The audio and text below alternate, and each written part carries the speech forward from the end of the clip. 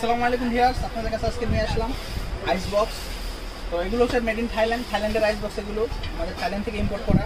তো এগুলো বিভিন্ন সাইজ আসছে আমাদের কাছে আপাতত 50 litre, 35 litre, 20 litre, 10 litre, 5 litre, 3 litre, তারপর 1.8 লিটার এগুলো পাবেন। এই কোম্পানিরই, এটা হচ্ছে ড্রাগন অয়েল কোম্পানি। তো এগুলো পাবেন। এগুলো 3টা কালার হয়, blue colour, red colour and green colour. 3টা কালার হয়।